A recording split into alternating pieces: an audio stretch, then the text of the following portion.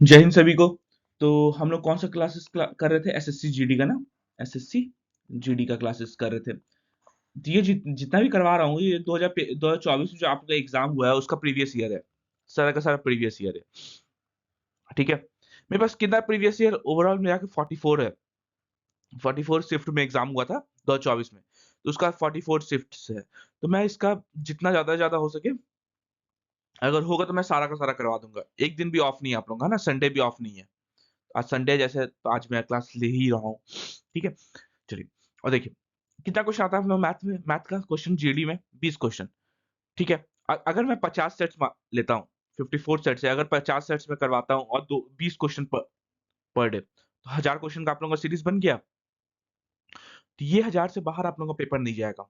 Math का, math का मैं रिस्पॉन्सिबिलिटी लेता हूँ, उससे बाहर आप लोगों का पेपर नहीं जाएगा। ठीक है, तो आज हम लोग 4th नंबर का सेट करेंगे।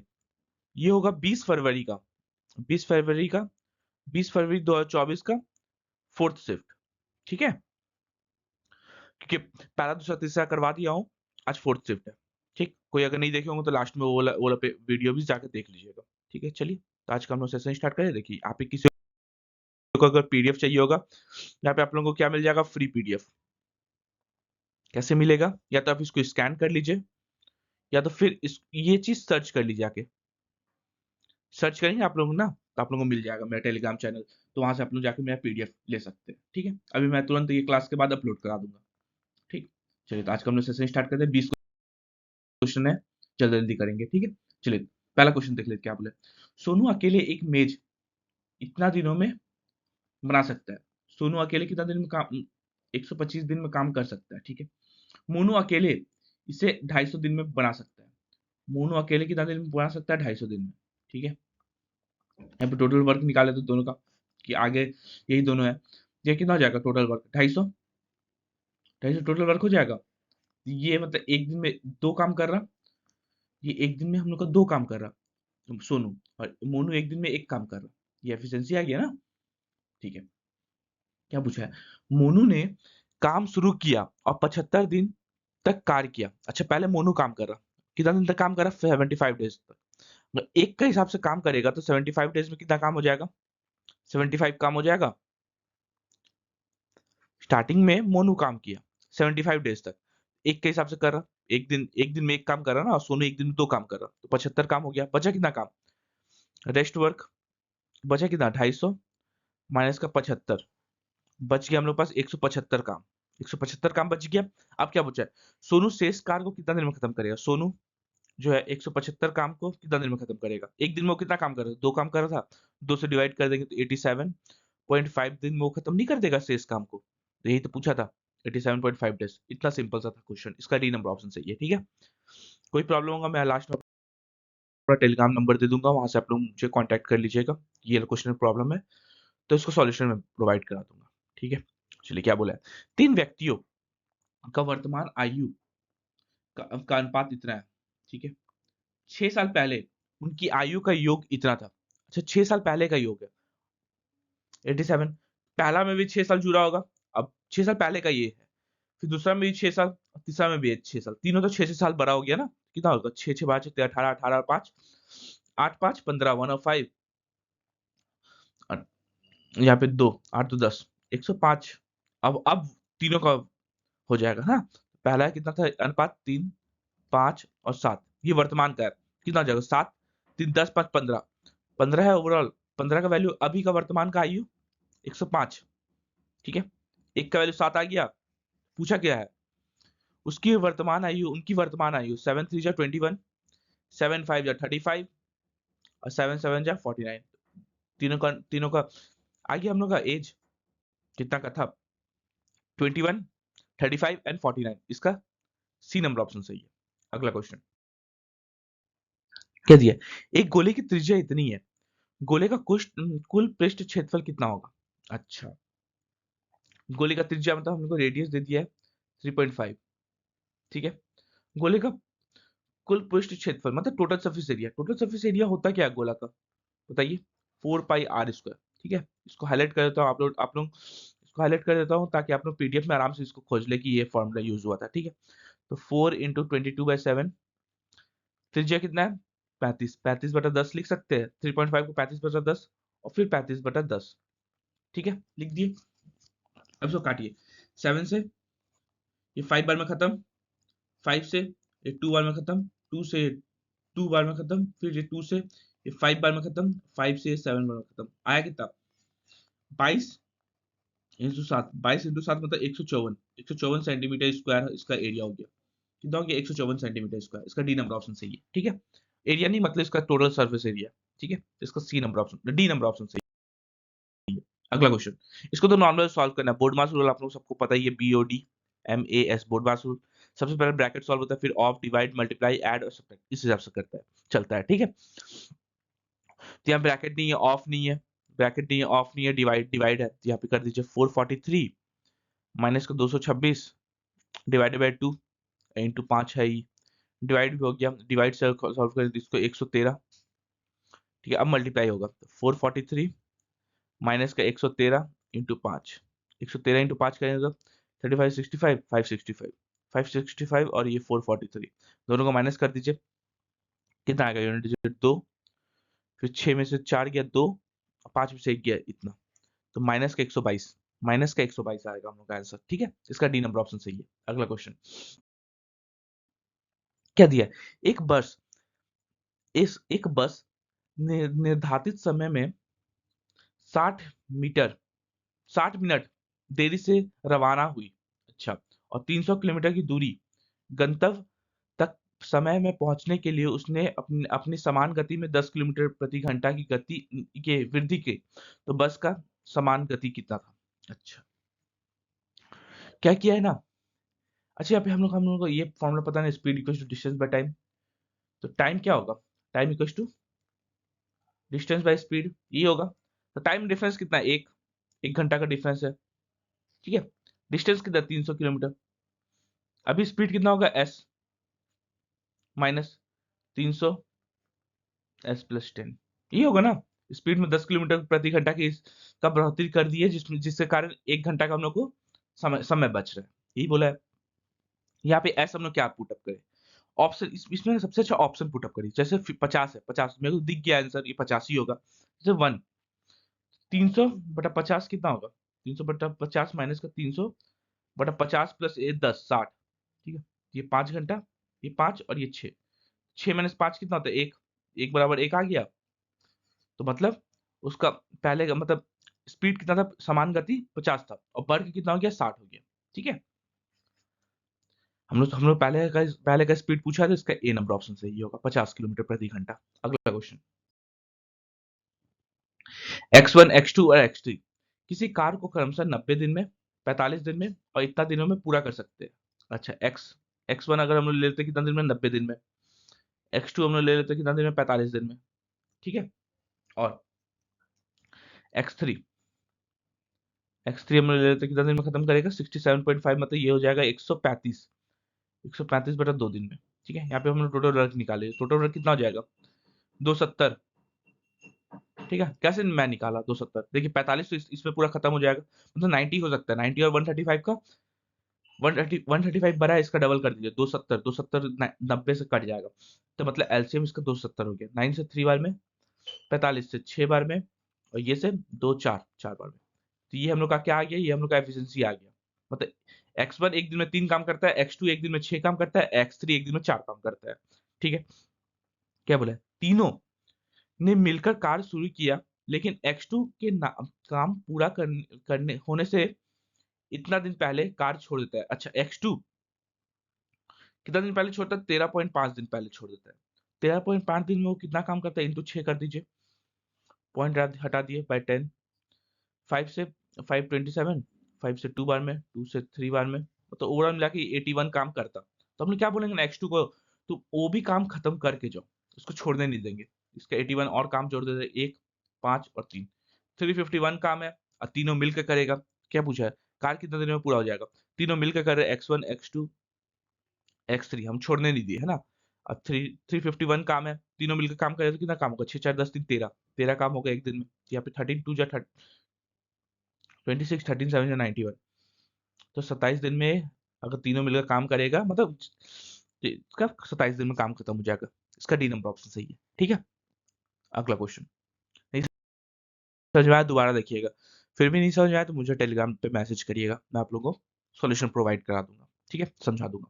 क्या बोला है, एक वस्तु का अंकित मूल्य इतना है, अंकित मूल्य मतलब मार्क प्राइस कितना दे दिया है, 1,18,000, 1,10,000 सॉरी 11,800, और इसका विक्रय मूल्य मतलब विक्रय मूल्य मतलब सेलिंग प्राइस कितना हो गया, 7,788 7,778 रुपए, 75 नहीं 88 रुपए।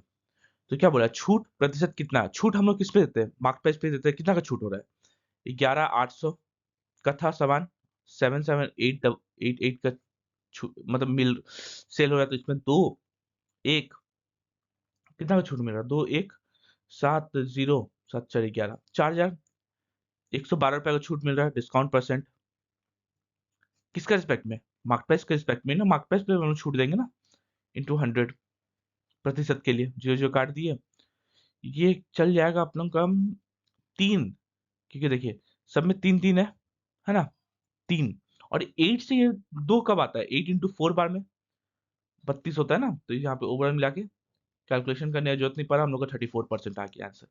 ठीक है, ऐसे ही स्मार्ट वर्क करना है। 8 इंटू क्या करेंगे, जो 2 आएगा यूनिट डिजिट, 8 इंटू 4 करेंगे, 8 इंटू 4 32, मतलब 4 वाला यूनिट डिजिट तो एक ही है। ठीक है, तो इसका बी नंबर ऑप्शन सही है। अगला क्वेश्चन क्या बोला है, यदि किसी ड्रेस का मूल्य 800 रुपए से घटकर इतना रुपया कर दिया जाता है, मतलब उसका मार्क प्राइस कितना था, 800 रुपए था, और इसको हम लोग सेलिंग प्राइस कितना कर रहे हैं, 720 रुपए कर रहे हैं, तो प्रतिशत कमी कितनी होगी, कितना कमी कर रहे हैं, डिस्काउंट परसेंट, मतलब डिस्काउंट कितना कर रहा है, 80 कर रहा है 800 के रिस्पेक्ट में, इंटू 100 करेंगे, प्रतिशत के लिए दो जीरो खत्म, 8 से ये 10 बार में खत्म, तो ओवरऑल मिला के उसका कितना परसेंट का छूट दे रहा है, मतलब छूट या कमी कर रहा है उसका मूल्य में 10% का, इसका डी नंबर ऑप्शन सही है। ठीक है, अगला क्वेश्चन, बहुत इजी पेपर आता है आप लोगों को, मैथ का कोई टेंशन नहीं लेने का। ठीक है, एसएससी जीडी के लिए 13 छात्रों को औसत अंक कितना है, 130, तो हम लोग ऐसे लिख सकते हैं 130 इंटू 13 कर दिए, तो ओवरऑल मिला के 16690, ये सब टोटल छात्रों का अंक मिलाने के बाद 1690 होगा। ठीक है, लेकिन बाद में पता चलता है कि एक छात्र के अंक गणित से गलती से 32 के बजाय 23 दर्ज हो गया है, मतलब 32 के बजाय 23 दर्ज हो गया, मतलब माइनस का 9 गलती से हो गया था, मतलब अब जो इसमें होगा, इसमें हम लोग 9 ऐड करना पड़ेगा, 32 की जगह 23 ही लिख किया है, 9 का कमी हो गया, यहाँ पे 9 हम लोग ऐड कर देंगे तो 1699 अब हो जाएगा। ठीक है,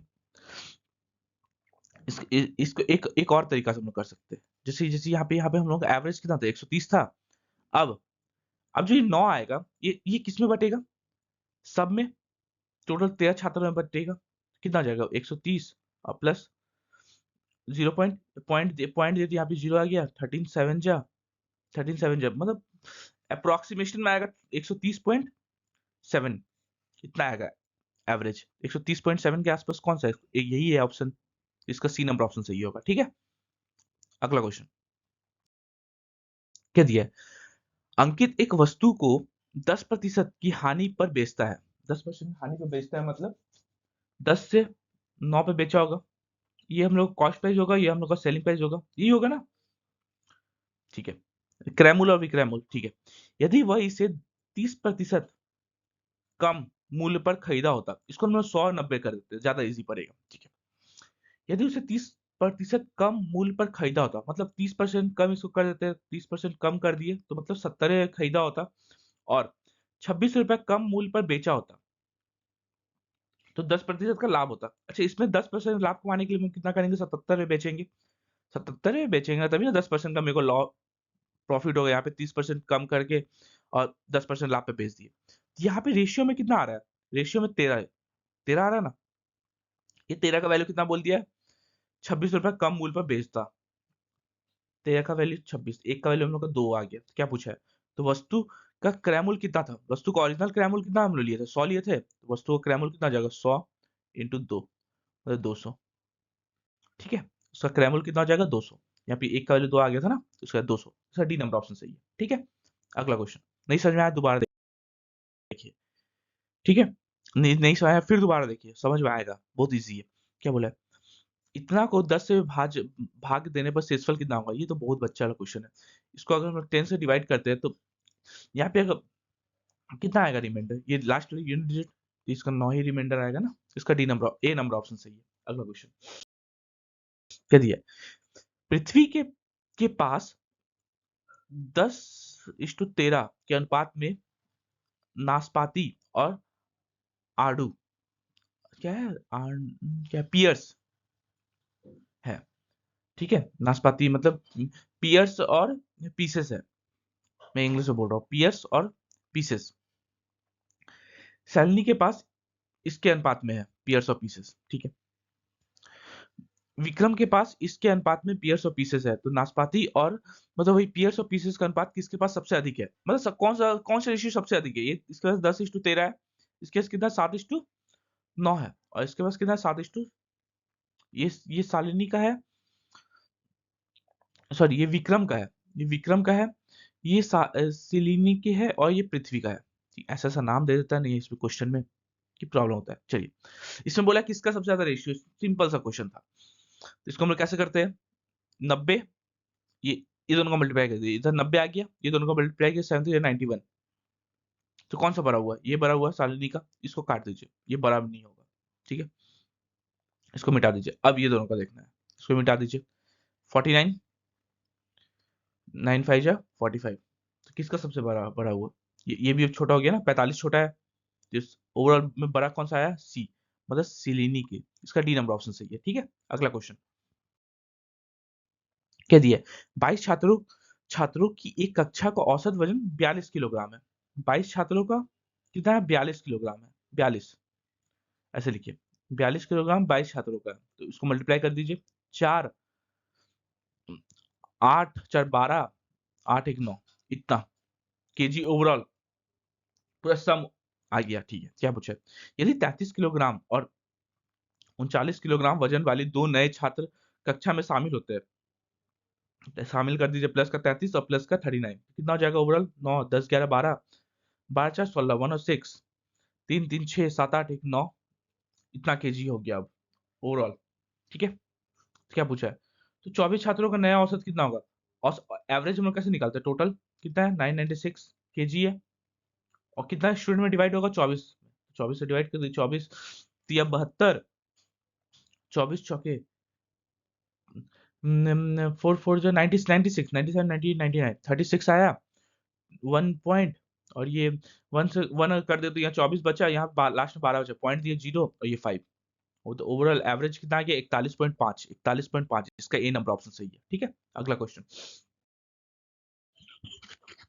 देखिए, ये क्वेश्चन हम लोग देख रहे हैं, क्या बोला है? एक आदमी 1 रुपए में 35 आम खरीदता है, ठीक है। 1 रुपए में 35 आम, तो पर आम का वैल्यू कितना हो गया? 1/35 खरीदता है, वह 1 रुपए में कितना आम बेचता है, जिससे 30% का हानि होता है। 30% मतलब 3/10 हानि, हानि मतलब 10 से 7 हो जाएगा, ये होगा ना, ठीक है। मतलब ओवरऑल यहाँ पे अगर 10 था, यहाँ पे कितना रुपए में एक आम बेचेगा कि उसका वैल्यू 7 आ जाए, यही होगा। तो इसमें क्या करते हैं ना, क्रॉस मल्टीप्लाई किया जाता है। क्रॉस मल्टीप्लाई कितना था? 1/35 इंटू 7 इक्वल टू 100/x, 7 5 जा, तो ये कितना जाएगा? x इक्वल टू, यहाँ पे 100 नहीं 10 है ना, 10 है, x इक्वल टू 50, मतलब 1 रुपए में अगर वो 50 बेच देता है आम, तो उसको 30% हानि हो जाएगा। समझ में आया? नहीं समझ में आया? देखिए, ये 7 30% मतलब 1/10 होता है, 3/10, मतलब 10 रुपए का सामान होगा पहले, तो अब 7 रुपए में बेचेगा। ये पर आम का कॉस्ट है, ये भी पर आम का कॉस्ट है, ठीक है। इसका डी नंबर ऑप्शन सही है। अगला क्वेश्चन, अगला क्वेश्चन हम लोग देख लेते हैं, क्या बोला है? किसी मूलधन पर 2 वर्षों के लिए निश्चित ब्याज दर, साधारण ब्याज और चक्रवृद्धि ब्याज का क्रमशः इतना रुपया और इतना रुपया। अच्छा, साधारण ब्याज तो हर साल सेम होता है, पहला साल और ये दूसरा साल होगा, ठीक है। मतलब ये 12,800 जो होगा ओवरऑल 2 साल का चक्रवृद्धि ब्याज है, 2 से डिवाइड करेंगे कितना आ जाएगा? 6400, मतलब पहला साल भी उसका 6400 इंटरेस्ट आया, दूसरा साल भी 6400। अब यहाँ पे ब्याज लगता है, यहाँ पे R% कुछ कुछ R हम लोग मल्टीप्लाई किए होंगे, तभी ना यहाँ भी कुछ r मल्टीप्लाई किए होंगे, तभी ना प्रिंसिपल से पहला साल का इंटरेस्ट बना। तब फिर यहाँ पे ये चक्रवृद्धि ब्याज, यहाँ पे क्या आएगा हम लोग का, यहाँ पे क्या आएगा, यहाँ पे 14,400 और माइनस का 12,800, कितना आ जाएगा, 1,600 आ रहा है, मतलब यहाँ पे 1,600 रुपए आएगा। ठीक है, तो यहाँ पे 1,600 में क्या मल्टीप्लाई करें, क्या मल्टीप्लाई करें जो ये होगा, और इसमें भी वही मल्टीप्लाई करें जो प्रिंसिपल होगा, हम लोग को मूलधन ही निकालना है। चक्रवृद्धि ब्याज यही होता है, पहला साल और दूसरा साल। ये पहला साल हम लोग को ये जो अगर ले लेते हैं हम लोग, ये हम लोग का एसआई होता है। ठीक है, और यहाँ पर्पल ले लिया तो ये हम लोग का सीआई होता है। ठीक है, ठीक। तो यहाँ पे आर, यहाँ पे क्या है, कितना मल्टीप्लाई करें, इंटू 4 अगर मल्टीप्लाई कर देंगे, ये क्या हो जाएगा, ये हो गया हम लोग का डिवाइडेड बाय 4। अगर इस साइड करें तो ये डिवाइडेड बाय 4, तभी ना 1600 होगा। यहाँ पे भी प्रिंसिपल को अगर हम लोग डिवाइडेड बाय 4 किए तभी वो 6400 आया है, सिंपल सा बात है। प्रिंसिपल कितना आ जाएगा, 6400 इंटू 4, 6400 इंटू 4, 216, 256, सॉरी 256, 2,56,000। इसका ए नंबर ऑप्शन सही होगा, ये हम लोग का प्रिंसिपल हो जाएगा। ठीक है, अगला क्वेश्चन क्या दिया, अच्छा इसको हम लोग को सॉल्व करना है। BODMAS rule, BODMAS, BODMAS rule, bracket of, divide, multiply, add और सब्ट्रैक्ट। सबसे पहले इसमें ब्रैकेट तो है नहीं, ऑफ भी है नहीं, डिवाइड सबसे पहले सॉल्व करिए, ये दोनों को डिवाइड करिए। तो 4 से 5, 04 प्लस 32 इंटू 6 माइनस का 26 इंटू 3। ठीक है, ब्रैकेट ब्रैकेट नहीं है, ऑफ नहीं है, डिवाइड खत्म, अब मल्टीप्लाई करिए। तो 504 प्लस 6 2 18, सॉरी 6 2 12, 1 और 2 है 18 19, माइनस का 6 3 18, 7 78, कितना जाएगा, ये दोनों को ऐड कर दीजिए, अब कितना जाएगा, 500, ये हो जाएगा 6 9 6, 696 माइनस का 78, 696 माइनस का 78, 8 8 16, यूनिट जेड तो 8 वाला आ रहा है, यूनिट जेड 8 वाला इसमें है, सिर्फ इसमें और इसमें नहीं है, ये दोनों बचा ऑप्शन। अब कितना, दोनों को माइनस करेंगे तो 618 हम लोग का आंसर आ जाएगा, 618, इसका ए नंबर ऑप्शन सही है। ठीक है, अगला क्वेश्चन क्या दिया है, एक कुर्सी का अंकित मूल्य उसके क्रय मूल्य, एक कुर्सी का अंकित मूल्य उसके क्रय मूल्य से 20% अधिक है। अच्छा, अंकित मूल्य, क्रय मूल्य अगर हम लोग 100 ले लेते हैं तो उसका अंकित मूल्य कितना हो जाएगा, मार्केट प्राइस 20% अधिक, मतलब 120 हो जाएगा। सिंपल, इतना बस, यहां तक समझ में आया। ठीक है, क्या बोले, यदि कुर्सी को 20 रुपए का छूट के बाद 240 में बेच दिया जाता है। अच्छा, 20% छूट, 20 रुपए छूट दे रहे हो और 240 में बेच दे, 220 में बेच दे रहे, तो ओवरऑल मिला के उसका 240 रुपए एम एम एमआरपी नहीं हो जाएगा, एमआरपी मतलब मार्केट प्राइस 240। एक का वैल्यू कितना आ गया, एक का वैल्यू एक का वैल्यू एक का वैल्यू 2 आ गया, तो कॉस्ट प्राइस कितना का होगा, 200 रुपए का कॉस्ट प्राइस होगा। यहाँ पे सेल कितना कर रहा है, सेलिंग प्राइस कितना में बेच रहा है, 220 में बेच रहा है ना, तो 220 का उसका सेलिंग प्राइस आ गया। क्या पूछा है, तो लाभ प्रतिशत कितना होगा, 200 का सामान हमने 220 में बेच दिया, कितना का प्रॉफिट हुआ, 20 का, किसके रिस्पेक्ट में, 200 का रिस्पेक्ट में, इंटू 100% प्रॉफिट के लिए, तो 2 जीरो खत्म, 2 से ये 10, तो ओवरऑल मिलाकर इसको कितना परसेंट का प्रॉफिट हुआ, 10% का प्रॉफिट हुआ। इसका सी नंबर ऑप्शन सही है। ठीक है, अगला क्वेश्चन क्या दिया, इसको भी हम लोग को बोर्डमास रूल के हिसाब से कर लेना है, BODMAS, बोर्डमास रूल। सबसे पहले ब्रैकेट के अंदर सॉल्व होगा, ये हम लोग का ये वाला ब्रैकेट है ना, ठीक है, ये ब्रैकेट है, इसे सॉल्व करिए तो ये कितना जाएगा, ये 12 12 हो जाएगा, 48 माइनस का 12, 48 माइनस का 12 हम लोग का आ जाएगा 36, 36 हो गया, 36 डिवाइडेड बाय ये 12, तो हम लोग आंसर कितना, 3 आ गया, 3 आ गया आंसर, इसका बी नंबर ऑप्शन सही है। अगला क्वेश्चन क्या दिया, एक निश्चित मूलधन साधारण ब्याज की दर से 10 वर्षों में स्वयं का 7 गुना हो जाती है। अच्छा, मतलब क्या बोला है, मूलधन स्वयं का 7 गुना हो जाते हैं, मतलब अमाउंट जो हो गया 7 टाइम्स हो गया प्रिंसिपल का, अमाउंट होता है क्या, प्रिंसिपल प्लस इंटरेस्ट 7p, तो इंटरेस्ट कितना हो जाएगा, इंटरेस्ट 6p नहीं आ जाएगा। सिंपल सा, कभी भी बोले अगर 7 गुना हो जाता है मतलब समझिए कि इंटरेस्ट उसमें जुड़ गया, इंटरेस्ट 6 गुना हो गया तब वो 7 गुना ओवरऑल मिलाकर हो गया। ठीक है, सिंपल इंटरेस्ट हम लोग को फॉर्मूला पता ही है, P into R into T by 100। ठीक है, P इंटू आर बाय 100, ये सिंपल एकदम बेसिक्स में पढ़ाता हूँ कभी भी। ठीक है, आप लोग ट्रिक व्रिक का चक्कर में मत फंसा करिए। ठीक है, ट्रिक व्रिक का चक्कर में फंसेंगे तो प्रॉब्लम होगा। यहाँ पे सिंपल इंटरेस्ट कितना है, 6p, आप पी हो गया, रेट कितना है, रेट हम लोग को निकालना है, टाइम कितना है, टाइम 10 साल। सब लोग रेट निकालिए ना आप यहाँ से, तो एक जीरो से एक जीरो खत्म, पी से पी खत्म, कितना आ गया, रेट इक्वल टू 60%। रेट हम लोग का 60% आ गया। अब क्या बोला है यहाँ पे देखिए, क्या बोला है, 20 वर्षों में यहाँ पे हम लोग को टाइम मिल गया, रेट हम लोग को पता ही है 60%। साधारण ब्याज की दर मूलधन स्वयं का कितना गुना हो जाएगी, वही पूछा है कितना गुना हो जाएगी, यहाँ पे 7 गुना था ना, तो वही पूछा है कितना गुना हो जाएगा 20 साल बाद। तो एस आई कितना हो जाएगा, ये निकालिए, S I equal to P into rate कितना है, रेट हम लोग का 60, टाइम कितना था 20 साल, बटा 100। ठीक है, ये दो जीरो खत्म, ये आप कितना आ जाएगा 12p।